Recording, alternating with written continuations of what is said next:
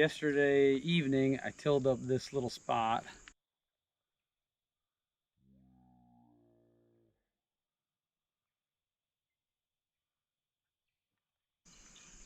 Thinking it's probably maybe like a 1/4 acre.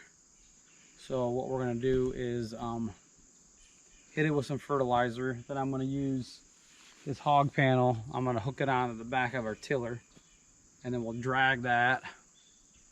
And then we've got some clover seed, and we're gonna do clover seed in here this fall, since it's always moist in here, so it should go pretty good.